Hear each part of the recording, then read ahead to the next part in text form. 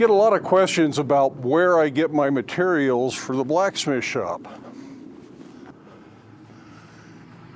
And personally, I like to buy in reasonably large quantities so that I have materials on stock and I don't have to go looking for things every time I need a 3 or 4 foot piece. Matter of fact, I think I hear material showing up right now.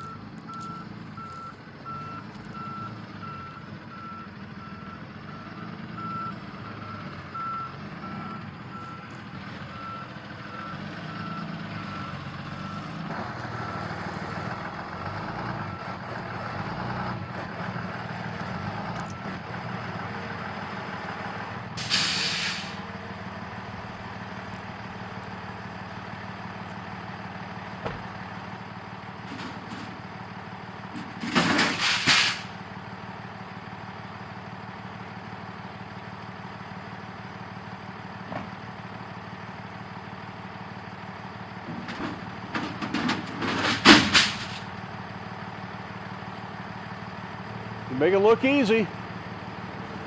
Sometimes it does, sometimes it doesn't. I had it the other day, I had one that got caught up underneath the stack.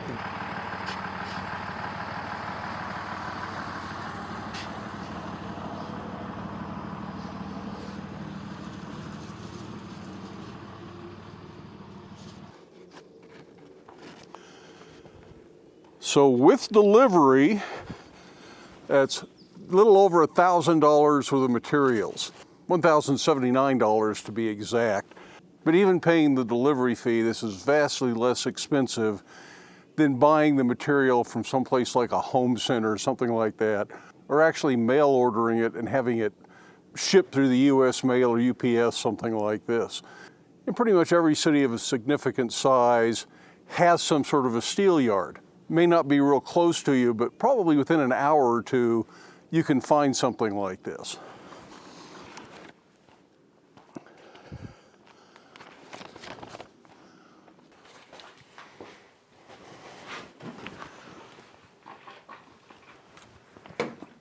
So that's not a cheap pile of steel, but it's a pretty affordable way to buy steel if you're buying in bulk. And of course, you can go to most of these places in person. They might have a minimum of $20, $25, maybe even $50, but you get a fair amount of steel for $50, especially if you're just a hobbyist.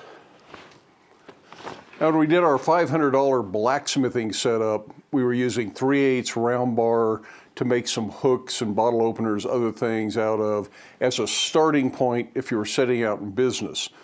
20-foot piece of 3/8 round bar was $9.62. If you're breaking that down into 6-inch pieces, that's 40 6-inch pieces. So that comes out to about 24 cents per piece for those projects we were making back then. A lot of what I bought here is for campfire irons. I make fire sets for cooking over the campfire, and I'll link to a video up here if you haven't seen how I make those. My most popular size uses 1/2-inch square bar. It uses 4 feet of 1/2-inch square bar.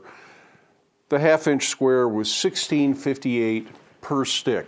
That comes in 20-foot sticks, and if I leave it in the 20-foot pieces until I'm ready to cut, or if I go pick it up in person and I think ahead about where I need to cut it to get the best use of the material, so I can cut it in 4-foot pieces, that's 5 4-foot pieces per stick, and that works out to be $9.94 per set of fire irons, which uses 3 4-foot pieces.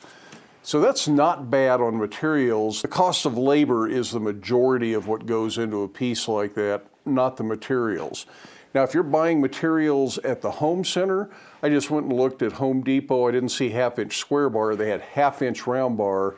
It was $15 and some odd cents for a 4-foot piece. So this is 5 times more material.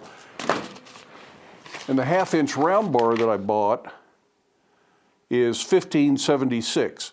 So basically you're getting 5 times the material for the same price as you would if you were buying it at the home center. So it's worth searching out a steel place.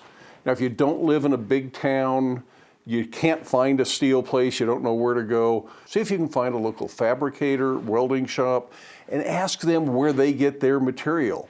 Chances are they're buying from some place like this, and they know where to go, how to get it.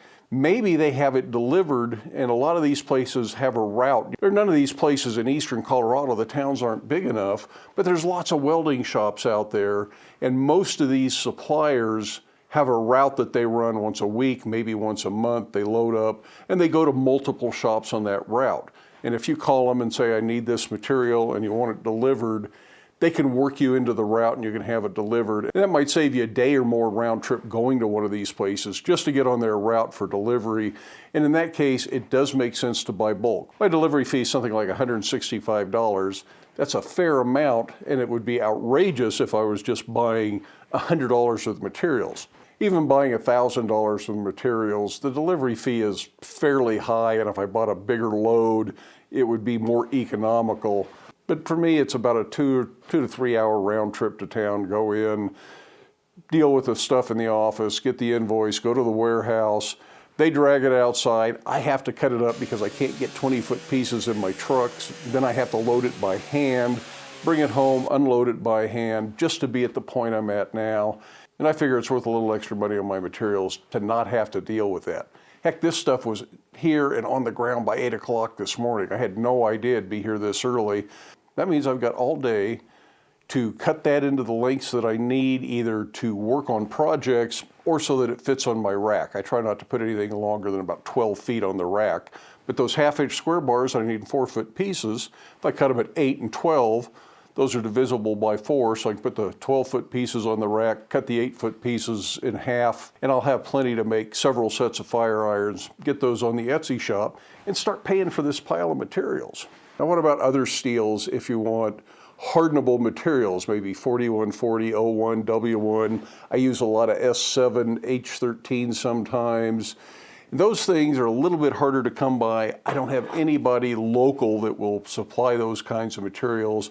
I frequently buy from McMaster Carr. They're an industrial supplier. MSC, maybe Granger, other industrial suppliers probably have an assortment of tool steels. They're a lot more expensive. You buy them in much smaller pieces. I usually buy them in 3-foot lengths, but a 3-foot piece of steel makes quite a few tools. If you're looking for knife steels, a lot of the blacksmithing suppliers, knife suppliers have blade steels available in reasonable sizes for doing blade work, and that's not a bad way to go. I think New Jersey Steel Baron. And there are other places I've used in the past. Just do a search online for what you want. You'll probably find somebody selling it. Ask around with your local blacksmithing group or maybe one of the online forums where they like to buy those particular materials. And you can certainly find sources for most of what you want. When we did that little spike tomahawk, I used 1.25" diameter 5160. That is not something that's easy to come by, but Jason Lonan, a fellow blacksmith that specializes in axes, adzes, and other woodworking tools, has bought a whole bunch of this stuff, and he's making it available, so you can go to his website if you're looking for big diameter 5160. And I'll link to his website down in the video description. I'm not affiliated with him. He's not sponsoring the video.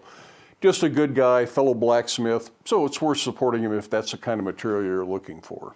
Now, if you're curious, the most expensive thing in that pile of materials was a piece of 1.25" square bar. I don't have any specific projects for that right now, but it's something I use from time to time. Also makes good hardy shank for my anvil with an 1.25" hardy hole if I'm making hardy tools. But that one 20-foot bar was $119. So that's a fairly expensive piece of material, but I'll probably have some of that around for years to come because it doesn't disappear that fast. But I have other things I need to get to work on here in the shop. Going to be a full day, but it does look like it's going to be nice outside. So I'm going to get to work. I hope you have time in your day to get to your shop, make something, stay safe, wear your safety glasses. We'll see you for the next video.